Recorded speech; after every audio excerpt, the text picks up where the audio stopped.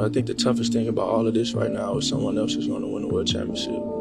You have to be able to look at yourself and say, man, how could I have been better? How can I have been a better player on the field? How could I have brought someone up in that? And that's the thrill of it. It's the thrill of it. It's the thrill of not being satisfied. It's a thrill of not accomplishing something, because it drives you that much more to get it done. And so, like I said, that's the worst of it all is, someone else is gonna hoist that trophy up, and someone else is gonna be world champions, but it just simply was not our time, and it's not our turn.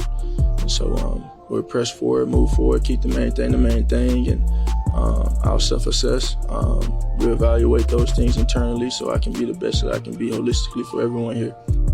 Hey, y'all. Of course, it's Matt Rogers on the Honorable Mention podcast. Today we have OJ Spivey from the Philadelphia Tribune, which is, I always have to say, the longest continuously running African-American newspaper in the United States. OJ is a sports and culture journalist. He covers not just the Eagles, but the Phillies and the Sixers. And it's always good to be able to move on and still have action going on, because it's what a clunker the way that the Eagles season finished there. OJ, what do you, off the top, I guess I'll just throw it to you there. Yeah, it's just, it's mouth dropping, it's mind boggling, but on the other hand, you see it coming. You just hate it for it to end that way. They looked unprepared. They look uninspired. It just looked like they wanted the season to be over. And one thing and I think a lot of people are denying this, but it's ultra important. And only few people have said it. They're coming off the Super Bowl runner-up, and when I've written the season preview for the Tribune back in September, I said that all season they're going to be fighting history. They're going to try to defy history. And even when they went 10-1, man, they defied history. Yep. Because oh my gosh, that was a murderer's row. Yeah, the stats don't lie. I believe it's only 31% of Super Bowl runner-ups even return to the playoffs. It's disappointing the way it ended. And another thing too, and I think I mentioned this before, that the worst thing that happened to this team is, okay, Super Bowl hangovers are common. With the winner, with the runner-up, they're common. But you want them to happen early in the season as opposed to late in the season. And this is why it's so disappointing, because it was a rarity. They didn't have the Super Bowl hangover early. It wasn't like a 1-3 start. Or it was a 1-4 start. The hangover hit them at 6:00 p.m. the next day. Exactly. They were fine in the morning for brunch. Oh, everything's fine. Last night it was nothing. And they were fighting it the whole year. Yes. Fighting it the whole year. You saw the issues. You saw the kinks in the armor, leaking oil, all the cliches. I'm giving cliches. I know everybody's sick of Jalen's cliches, but but yeah, you saw the flaws all season long, and we just tried to overlook them. And how did I always bring it to relationships, right? You're in that relationship. You think everything's good. Y'all had good times together, nice dates, nice dinners, nice, little dates to the carnival. But, you don't really you might fall in love with that person. You're really attracted to them, but you may not like them. And you're trying to overcome, you're trying to make excuses, or you're trying to overlook the things that you don't like about them. And then it all comes out in the wash. And that's what happened late in the season. Maybe San Francisco took their soul. Fundamentally, that was put in the oven or something like that.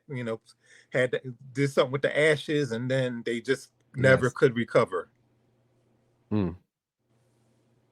Well, at the end of the day, I think it comes down to X's and O's. I think guys I there was agree. a combination of guys just not making plays. I mean, X's and O's are fine. You could be put in a bad position and just understand the cues and the situations. Guys are not making the splash plays. Now the pass rush finally got there in the playoff game. They were actually really good. That was the one unit Yeah, that the I felt defense, really good about. despite the poor tackling, I thought the defensive line kind of kept the Eagles in the game as long as they could. Yes. As long as if you're going to put up 9 points, folks, I mean, not breaking news here, you're probably not going to win a playoff game in the 2023 playoffs. Not at all. Unless there's some undaunting circumstances with the elements or even with that. But no. Yeah. 9 points ain't going to get it done, folks. I think it's what Jalen Hurts has been saying, even as what we've seen while we're doing this execution. Is a combination of X's and O's. It's a combination of a lot of things, and no one should be exempt from critique, from accountability. No one should, because when you have a free fall like that, just everything went out the window. And Devontae Smith was excellent. I gotta say, also talk about honorable mention. I mean, he was amazing. Time to pay the bill now with Devontae Smith. As a number one, he did that as a number one. Yeah, gotta pay the bill, but you're gonna have things coming out. So yeah, well, he wants too much money. You want to see the reports coming out from his side, from the Eagles side, saying that, oh yeah, he's not worth this, he's not worth that. He's supposedly asking for this, but the Eagles are offering. You're gonna see all that mess coming out via free agency after the Super Bowl. So pay attention to that. And then you're going to have the talking heads trying to put a number on Devontae Smith, but he's critical. He's critical to this team just as much as Imagine if Quez was the number one in this game. Imagine if would they have scored? Yeah. No, I don't think so. I think it was just a lack of I said this to someone today. I thought they underutilized Zacchaeus all season long. Olamide Zacchaeus. Because I thought he showed a lot of flash. Oh my gosh. I know he's some not of the best plays receiver. of the season were Zacchaeus receptions. Right. And when you talk about the lack of hot routes, which we saw, you saw the film with Orlovsky and some other so-called experts. I don't necessarily know who they are, but they showed the film. Right. But the lack of hot routes, I was wondering where Zacchaeus was in that aspect. I would have loved to see. I mean, from what I saw him in Atlanta, saw early in the season, you would think that he would have been that hot route receiver. I don't know. I for years and years, hate to get radical here, but people have acted like it was a bad thing for people to talk about. People need to play Madden. I don't know if Brian Johnson would be, these folks are loading up, and I don't know if Jalen's being given the freedom to check out of a play. If they're putting 7 in the box, like you referenced the Orlovsky discussion, you load up the box. Why are you having Dallas Goedert a tight end? Not slow, but not fast either. Tight end motion into the backfield to go back out behind Jalen while they're loading up the box, and they all come, and it's bad. And it seems like every team, Matt, has their tight end going down the seams or maybe doing a little curl within the seams. They don't do that with Goddard. I mean, everybody tells me how good Goddard is, but I can't even get a true evaluation of Goddard if he's not utilized, or if he's not utilized the way most tight ends are. Why did we go away from the 12 personnel worked, especially in this kind of situation? And I don't understand from the beginning of the season, you're top heavy, because when Dallas Goedert goes out, then it's Calcaterra or Stoll, who I'm not even sure are real guys in this league. Like, I'm not trying to trash them, but I'm saying they're not guys that if I'm game planning, I'm like, we have to take this guy out. He's somebody I might load up the box and maybe just leave uncovered if I think I can get a zero blitz in there. Yeah, somebody. It just seems like they fail to look for matchups, favorable matchups. And the favorable matchups was just all downfield. You know, you mentioned Madden earlier. You know, back in the day when I used to play Madden all the time. Hey, throw it deep. Was it trips? Do the trips. Yeah. Yes. Throw it deep. Make a play. Our receiver is better than any cornerbacks that you have, even any defensive backs you have. And you just want to make that play. Smith's going to make that play. Yes, in theory, it has happened for the most part. That's why you have 2 1,000-yard receivers in back-to-back years. But when defenses adjust, how do you adjust? And that puts me back to, and I know you're going to ask about this, but that puts me back to the question I have is, you know, Nick Sirianni doesn't strike me as an innovator. No. If something's not working, he's going to come in. I'm going to do this, that, and the third. And again, the question is, how much is he handcuffed by the front or by the ownership, by the front office? We threw the ball 35 times and ran the ball. I know that it was 35. I want to say it was like 13 or 16 carries. Yeah, somewhere between 13 and 16, I believe, right? Yeah, that's. I mean, especially after all the talk, that's unbelievable. Yeah, I think what it was, maybe the 12 straight passes, somewhere around. It was like in a team where they just threw the ball for more than a dozen straight plays, and that was still in the first half. So that was wild. But here we are, trying to pick up the pieces, trying to speculate what the players are saying about Nick Sirianni. What are they trying to say? What are we trying to interpret what they're saying? So it's a guessing game right now.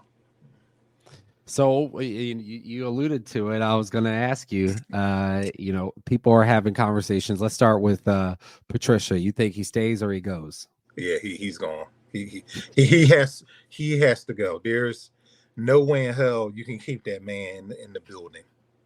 I mean, I would keep the side before I keep Patricia, but you understand with the demotion, you know, you can't bring that back. You know, you can't bring either of them back. So, right. You know, there is news as we speak right now to where, okay, they're looking out for coordinators. I take that as they're looking to get a defensive coordinator, and they probably have to act fast before these other teams. If it's business, the current head coach stays in place, you know, they have to be ahead of the game. You know, you're wondering, and this is all speculation because, of course, the Eagles have not said a word one way or the other as of yet. But they still have to be ahead of the game, even if they're trying to figure out if Nick Sirianni's still going to be their head coach. Wow. So you think you think it's a coin flip on whether Sirianni stays that coach? I do. Going into today, when we spoke earlier, I thought it was 50-50. But as of now, put me on the record, I think it's more so 60-40 that he stays. Okay. Latest reports, time sensitive, is that yes, of course, he's putting together a plan. And I don't think that's anything out of the. That's the job. Yeah, I don't think that's anything out of the ordinary. I mean, because you're going to have exit interviews. You're going to meet with the GM. You're going to meet with the owner if he's hands-on, which Jeffrey Lurie is to a certain point. And hey, you didn't reach expectations. Despite history, didn't reach expectations. And what's the plan for next year? You at least have to hit the divisional round with this team. Jalen Hurts was healthy. Hassan Reddick was healthy. You had Slay. You had Devontae Smith. You didn't have AJ. but yeah, Swift. End the season healthy. Of course, not right. Not to dismiss the pain of the violent game that you like, but they were playing. In hindsight, they were there. Yeah, they were on the field. But yeah, I just thought it was an awful game plan on both sides of the ball, both offensively and defensively. I mean, I called it Nightmare in Tampa Part 2. Despite, going up there going down there in week 3 and dominating. But I just thought the entire organization, entire coaching staff, players included, they just did themselves a disservice. Absolutely. We'll be right back after a quick commercial break. Are you at the point where you articulate to Howie and Jeffrey what you want this to look like as a personnel-wise or staff-wise? Owners own, coaches coach, and players play. I just want to play at a high level.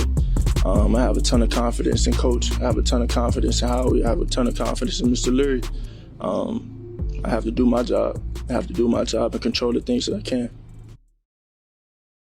So we talked about end of season healthy, and I want to give respect to that. Yes. A lot of people talked about that. Jalen's hand, Jalen's ankle, or it was his knee that people were concerned about. Of course, it's a violent game that people play, and people have nicks all over the time, all over the place, all the time. So there's stuff that may not even get reported about people not feeling their best. Was this season, though, the end result, was this about Jalen regressing, or did the team regress and kind of drag down? Because the statistics are cumulatively, the statistics are reasonably good, but you see the higher turnovers, you see not as many of these big splash plays, exciting plays, and not being able to get over the hump, getting put out in the wild card round. So is it more about the team, or is this some regression in Jalen's game as well? Yeah, I think I've heard that ad nauseum this week, Matt, these last couple of days, rather, that he has regressed. He has regressed. You can say that in a sense, but it still doesn't tell the whole story. There's more beyond just saying that he's regressed, because as I wrote in Sunday's paper, has he been as efficient this year? Absolutely not. And some people had predicted that he may not be as efficient this year. But you have to take everything into account as far as his regression. His touchdowns were up by 1 or 2, still a career high in yards. But also, as I wrote, he also has a career high in attempts and completions. So he threw I don't have the exact number, but I was tracking it since week 14, week 15. He was already well ahead in attempts. And given that he only played 15 games last year, when he was at game 15 this year, he already had at least 50 more passing attempts. Yep. You were on here, and we had spoken about that. Right. So you look at week 16, week 17. I know he didn't throw the ball much because that was another disaster. This is why we're at this point. But I mean, it's about maybe 100 more attempts, and attempts don't even account for total dropbacks. So how many more times has he dropped back to pass this year? Sacks, or you getting forced out to run out of bounds for 2 yards, things like that. Right. Broken plays, which may have turned into sacks, or picks. Yeah. Or picks, turnovers. I think picks do count as attempts, but oh yeah, they do. You can correct me as I'm wrong. No, they do. Just overall, attempts, yeah. Just overall, you have to take all that into account. So did he regress? Yes, but there's more to the story.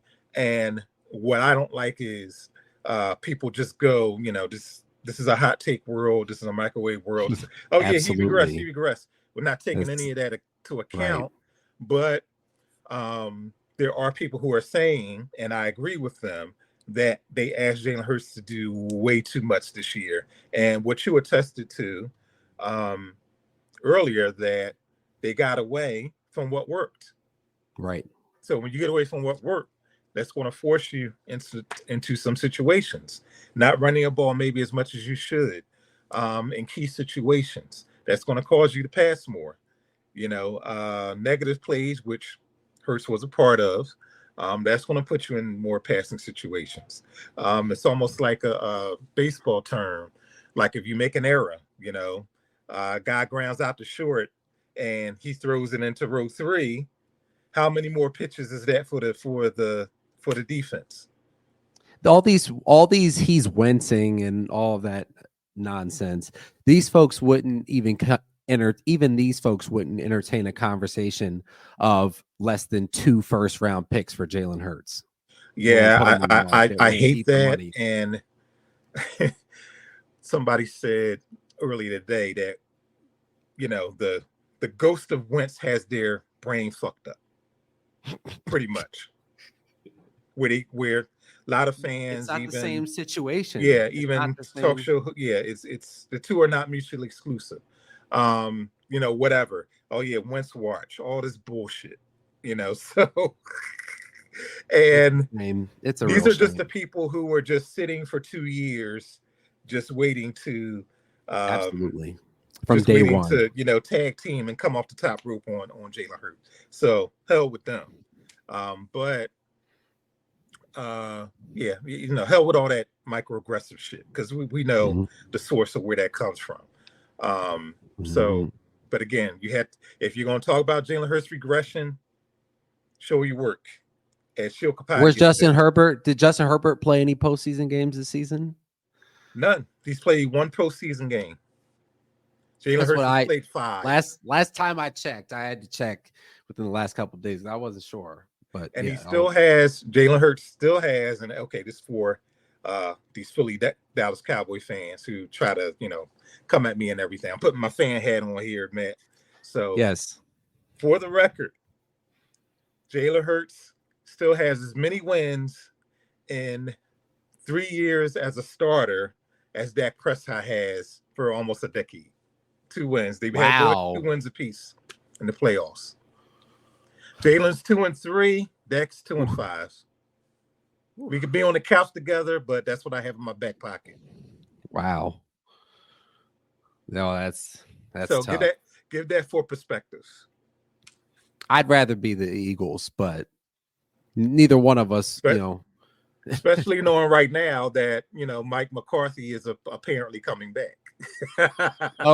Ooh. Yes, OJ, I didn't see that. Yes, sir.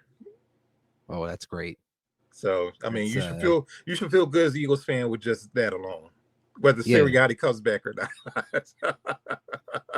Cut. That's just that's a great. Oh man, that's good stuff. That is way to go, Cowboy. Jerry, you the man. You the man. Somebody probably doesn't want that job right now. Probably. Maybe they kick the tires on a couple guys. And then what about Quinn? We don't want to touch. What about those guys?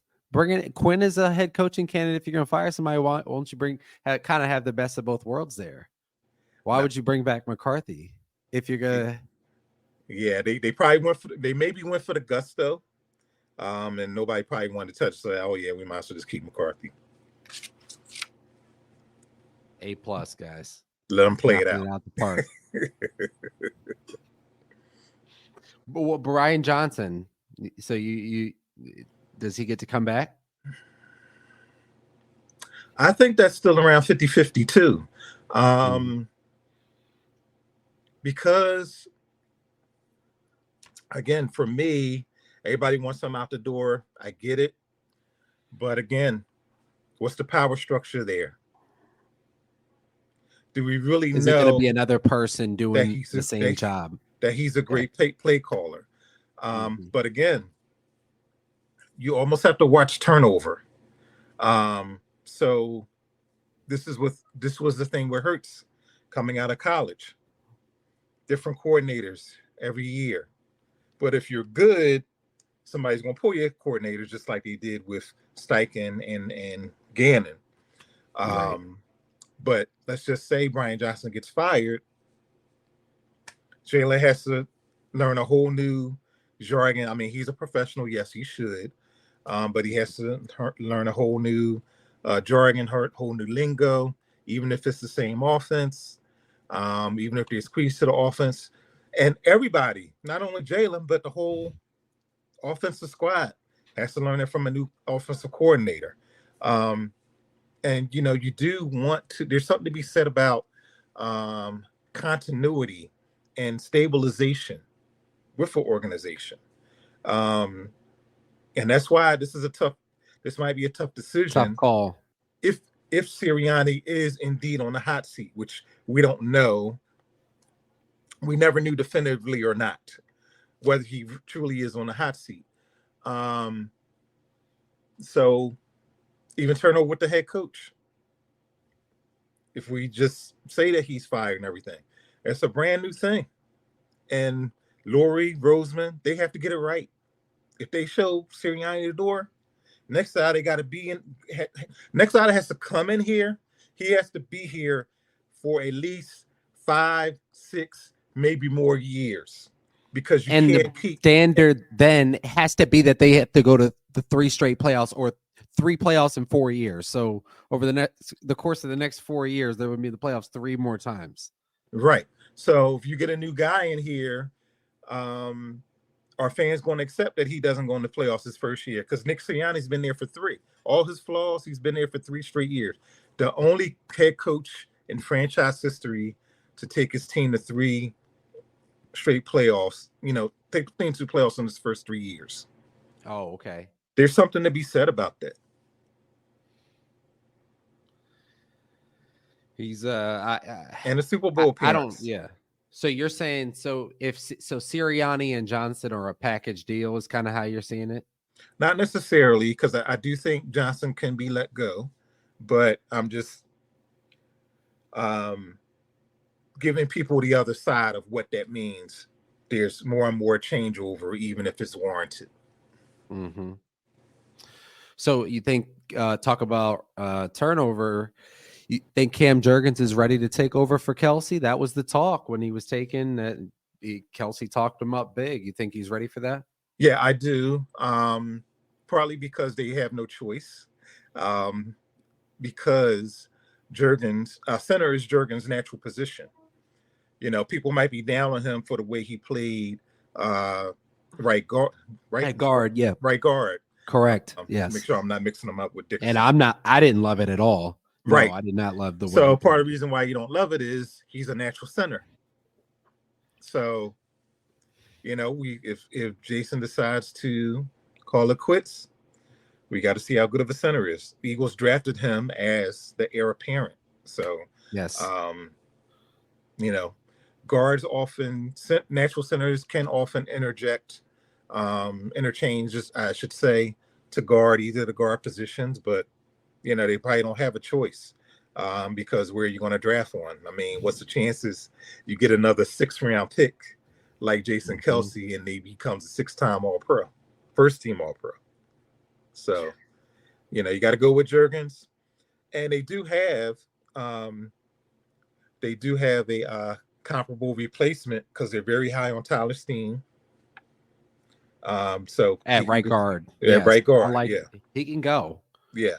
So I think he's. I think he was ready to go this year. I told you that. Right. I was at the Commanders game. Yes. Right, and I think he's bigger than Cam, I believe. Yes, taller for sure. Yeah. Right. Yeah, big guy, real big guy. So the offensive line is probably least of my worries. I mean, don't get me wrong, Jason Kelce is irreplaceable. Yes. And what a joy to having interviewed him multiple times over the years. Truly a great dude. I can't wait for him to get to Canton. You know, maybe I'll pinch my pennies together, rub 2 nickels together, and maybe go out there to see it because I mean he truly is a great dude. So I get all the sadness, for people wanting him to go, but he deserves it. He deserves to go out on his own terms. On his own terms, absolutely. But going back to the offensive line, I think they'll be okay with Cam Center. So let's talk about the Eagles have 4 draft picks in the top 100, and that means that Howie's got ammo. Do you think that they end up using that to leverage and try to go more for a win now, or do you think that they'll try to stay patient the way Howie does things and kind of do a hybrid of those things with more? I would say Howie more so builds for the future. He's like an 80-20 guy, right? In terms of that. So you know where he's going to go with this, right? So where he always goes, he's going to go line first. Again, my estimation right now is that maybe he'll go defensive line, because you have to shore up that other edge rusher spot. I'm not sure exactly how high they are on Nolan Smith. They did get him at the back of the draft. He's crazy. A rotational guy. He's like Jaquay Parker. Yeah, as crazy as it sounds, he probably had his best game in the playoff game as a pro. Oh yeah, he played so well. far. Absolutely, I mean, he was out of position, was confused and everything. But again, the whole defense was confused. Yes. So that's why it's very important when you get the new defensive coordinator in here. I'm jumping ahead a little bit, Matt, but when you get the new defensive coordinator in here, which I'm probably bet the house that they'll have a new defensive coordinator. Yes, I would. Oh, absolutely. I'm with you on that. They have to get the most before I get to the other picks. They have to get them. They have to build this defense around Jalen Carter and perhaps Jordan Davis, and they have to build around there, and then see what they have with Nolan Smith. And you hope like hell, unfortunately, that Nakobe Dean comes back healthy. Because before he went out, he's not a playmaker. I get that. But if you look back early in the season, there was a little more continuity with the defense, even though they were giving up yards, giving up points. There's a little more continuity. I would rather see Nakobe Dean darn near play safety because I think he's part of the problem is he's a little undersized to be playing the linebacker position. He could be more like a Jabril Peppers, Kyle Duggar kind of safety instead of I don't know if I don't want to, say he's not tough because he's made it. So he could be. And he's had injuries. It's unfortunate. They tried to bring him along slowly and then they gave him the keys to the truck this year. I know so many people are low on him and don't think highly of him, but I do think he deserves another shot. And being that they don't invest in the position, again, they may not have a choice. Even more so with Nakobe Dean, they may not have a choice. True. So we have the Philadelphia Eagles have some upcoming free agents. Some of them, when you look at that list, guys, just pull up Google it if you have free hands as you listen to this. It's a CVS receipt. It's a CVS receipt of items that I don't remember buying because I don't know if you want to return. Yes. How did this get in my bag? Who gave me this bag?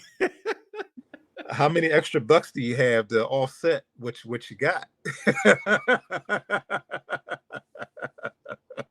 So let's go I'm not even going to waste your time with some of this. Well, let me go back to the draft, perhaps. Okay, go ahead. So real quickly, I think they'll probably go defensive line and probably try to find another edge rusher. Because otherwise, I think they're fine.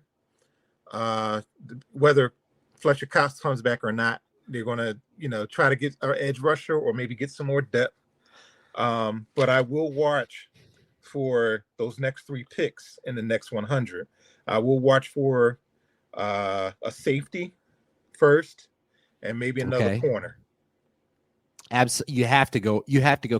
I don't think at this point, I think safety is a big need. I don't know what you just re-upped Bradbury, but I said it early. I was concerned in the playoff run last year. I think they're going to try to get out of his contract. It's going to be tough to do, but I mean, Carson Wentz set the precedent. I mean, you have teams who are going 20, 30, $40 million in a hole just to, to get off a contract. Yeah, literally paying the guys to go away. So yes, then they're taking a hit. So, and the cap's going to go up because they have all this revenue, they have all this TV money, revenue, etc. So the cap's going to go up.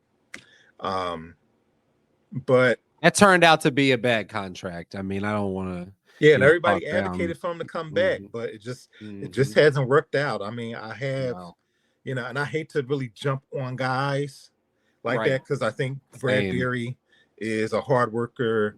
I mean, he was smart guy. He was a second team All-Pro last year, so that drop is significant. It's where he's where he needs to be. He's getting roasted, but it's in a foot race. It's not because he's kind of lost in the sauce. He just is not. He's not able to turn the hips and more than a bag technique. Yeah. So it's unfortunate, and I get everybody's anger. So, but you got to look at corner, and you got to solidify that other safety spot. I think Reed's okay, even though he has his flaws. Rotational, but you have to. I mean, he's going to start next year. He will. But right now, I gotta call it what it is, and he's looking rotation. I mean, he was getting kind of bullied in coverage, not bullied in a physical sense, but in terms of getting picked on. Yeah, but you have to again a lot for the new coordinator to decipher. How much do you get him in coverage? You don't want to have your safeties in coverage all the time. And that seemed to be the norm. Right. So I think he's going to start next year. I think he's going to get most of the snaps next year. They have to shore up that other spot. And I don't care what anybody says, and we'll probably see it this weekend. 2 terrible losses. TJ Edwards, who they could have kept on a roster because, I mean, he didn't get much more than Chicago. Right. Backload that with bonuses or something like that. Keep him in there, man. He was your shortest tackler for like the last 4 years, 3-4 years. And we saw this movie before where Jordan Hicks went to Arizona and played well. Exactly. And then also, you're going to see it this weekend, CJ Gardner-Johnson. I don't care what anybody says. I mean, he's a good player. He's a playmaker. He was smeared in the media. He was smeared on social media. Had you kept Reed Blankenship on that one side, C.A. Johnson on the other side, they might still be playing. Right. All you needed was a pick. All you needed for lots of that game was like a big splash play on defense where you actually take the ball away. And we're talking about give Jalen Hurts the ball there on the other side of the field, man. Just getting off the field on critical third downs. Yes. It's that simple. A lot of teams are not going to necessarily make plays or take the ball away. I mean, you have to be a fantastic athlete, just all around, but there's something to be said about getting stops at critical times. You have to get the hell off the field on critical third downs. It's that simple to me. So back to the CVS receipt. I'm not going to waste your time with a lot of the discussion about some of the individuals there, and not to talk them down too much, but let's go to some of the ones I think are actually worth discussing. DeAndre Swift, you think they bring him back? They keep that item in their bag? They keep their item back at home? They don't re-sign running backs, man, but I think they have to. I think DeAndre Swift has earned the right to return. I mean, the money has to be right and everything. I get it, but they got to bring him back, man. I mean, that's another thing. Keep interchanging running backs. At least have the same guy. Well, sort of Miles Sanders. I mean, he was here for 4 years. But Swift was better than Sanders was this year. Sort of, but they also gave Sanders the ball. They also gave Sanders the ball more. He scored more. So yeah, I think it's kind of a wash, because we really didn't get to see the whole DeAndre Swift, just because they just didn't run the ball as much this year. But I think he deserves to come back. So I hope that they work it out. I agree. Fletcher Cox. I've been thinking about this all day, man.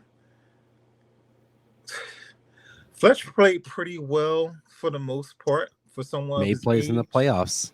Yeah. But what's he gonna command? I put it this way. I think the Eagles will probably negotiate with him, make him an offer. The number last year was too high. When I saw the number, I was. But I think at this point, I think another team might try to lure him away.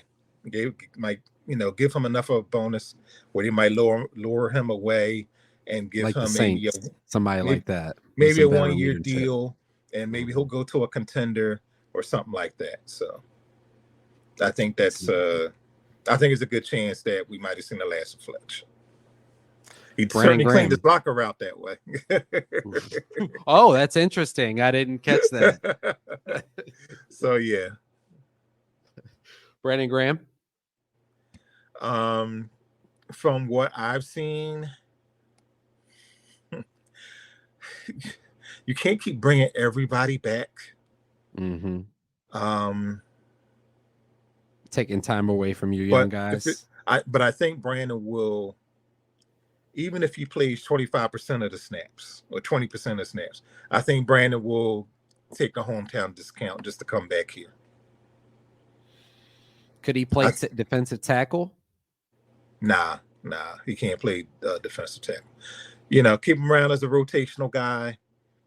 Give him a veterans minimum, not veterans minimum, but veterans salary, so to speak, and fill it with incentives, which I know he's probably not going to make, but I say he's back on like a small rotation. Okay. We'll take another quick commercial break before we get to the Philadelphia 76ers. Playing against the Nuggets, a team that won the championship last year, even if it's back-to-back, like the energy was there. The atmosphere in the arena was there. The matchup between Joe and Jokic, obviously, like, it's prime time. So whole group understood what our goal was. Nonetheless, of all those things that go into it is to win and see where we match up versus the reigning champs. And for us, we wanted to come out and play our best type of basketball. Okay, we're back. This week, the Philadelphia 76ers, the aforementioned 76ers, beat the Denver Nuggets. That says a lot there. Jokic, as usual, played very well, but Joel Embiid has been unreal this season. Are they this ready for playoff? I mean, not only playoff level, but potentially championship level caliber competition. So let's see. We're in mid-January. They pretty much look like this in November, December. And that was a big win. That was an exciting win. Probably as big a win as you see in the regular season, because I know Sixers fans just wanted to see that Embiid and Jokic toe-to-toe. And I know folks are chomping at the bit to see them in the finals also. And Denver's still very, very good, very, very good, even though they're just a third seed. But the Sixers team is fun to watch, man. I know people are saying, yeah, show me in June. They can't show you in June right now, though. Yeah, that's stick around. And, not how time works. Wake me up in June.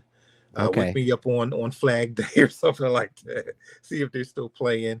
Get the hell out of the second round. I get all that, but you have to evaluate this team. You have to keep eyes on this team just simply because Nick Nurse is now in there. It's almost a totally different bench than what we see. Joel Embiid is well on his way. If he can play enough games to stay healthy, I don't think the Sixers are particularly worried about it, but worried about him playing every, up to 65 games, which you have to do now to get postseason awards. But he's the MVP again now, if you ask me. Just as far as how he carries the team. I've said this. I've posted this on a couple of occasions, and I'll get more into the Sixers now that the Eagles are gone as far as writing. He's right at 35 points a game. And it's incredible. If he keeps up this pace, Matt, he will be the first true center since Wilt Chamberlain to score 35 points for the season. That has not happened since 1964. Kareem was close. He was 34 and some change. So the first since Kareem in the early 70s, but 35 or more points, that's Wilt territory. So when the season that Kobe scored 81, that season he's in that neighborhood. That's in that ballpark of what Joel Embiid is doing. He's in Jordan Kobe type neighborhood. Go wait for the old heads. Go right back to George Gervin and all those guys. So I think even James Harden flirted with yes, he did 34, 35 points a game. Yes, he did early on. So 2019 Houston Rockets, 2018 that right range. For a center, for someone of Joel Embiid's size, and he has stepped up his game, by the way. Absolutely. I mean, again, Across we want to see how it's been sustainable. He stepped up his defense. He has stepped up his passing. The guy knows how to pass out of a double team now. Whew. And the one he had against in the mid range and hit the guy in the corner with the pocket pass for three. I mean, exactly. That was incredible. And that has to be Nick Nurse and his staff, and that's something that we probably thought he would never do. If he can keep that up in the playoffs, how do you guard him? Yeah, well, he's unguardable as it is, but that makes him that much more unguardable. There's a reason why. I mean, and guarding him means keep him to his year average. That's what I mean. He's in that. What we talk about? Make sure he keep it 40. Oh yeah, I played them. I remember old players. They would say, "Oh yeah, well, we played them well. We kept them to 35 tonight." I mean, when you playing Jordan, you playing Kobe, you playing. We kept Jordan to 30. So that's the success. Honestly, that's how it goes. But even more so with the Sixers, Tyrese Maxey, I think he's playing at an all-star level. Kind of tailed off a little bit and everything, but I think he can flirt. Sixers fans should be stuffing the ballot box for Maxey, by the way. Absolutely. Because, I mean, he's just about deserving to be an all-star starter. I know there's a lot of great guards out there, especially in the East. But Halliburton. Yeah, he's just about deserving in my estimation. Tobias Harris, looking like the ideal third option right now. Just on the with Maxey and Embiid cooking the way they are right now, his style of not being so assertive kind of works perfectly because he can flirt every night with 20 to 22, 25, 27 points. And he's a hell of a defender. I mean, who would have thought? I mean, Tobias, he has a shot to make an all-defensive team. Yeah. Was this first or maybe not first, but I would say he has a shot to make one of the defensive teams because that's how well he's played. And again, that's a testament to Nick Nurse and his staff. The step up in defense, even though it's not reflective in the scoring, but we know how that works.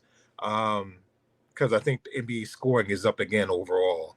But between Embiid's defense, between Tobias's defense, they're playing well. You saw him Patrick Beverly, who I think is a pleasant surprise. Yes. Didn't and think then I'd be saying that, honestly. right. I didn't either. That was a total surprise to me how well he's playing.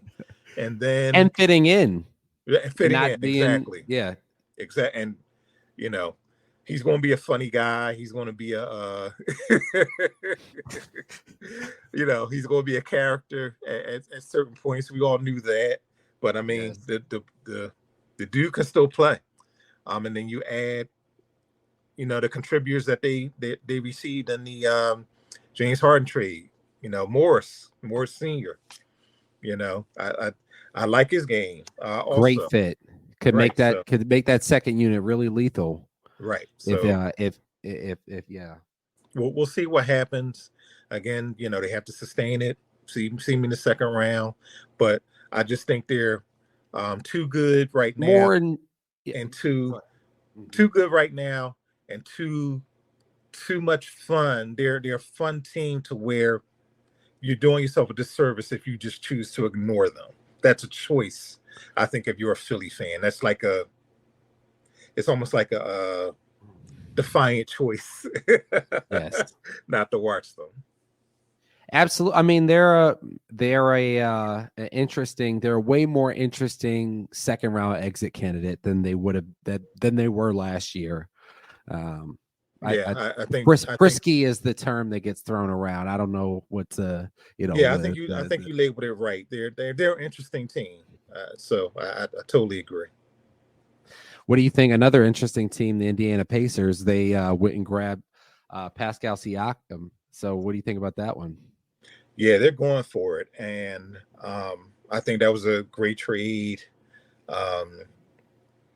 Toronto's getting 3 first-round picks back, so they're giving up a lot for him, but that sends a message to the East. Also sends a message to the Indiana fans that they're going to go for it. So I think that could be a great 1-2 or maybe 1-2-3 punch between Halliburton and Siakam. So that's a great move for them.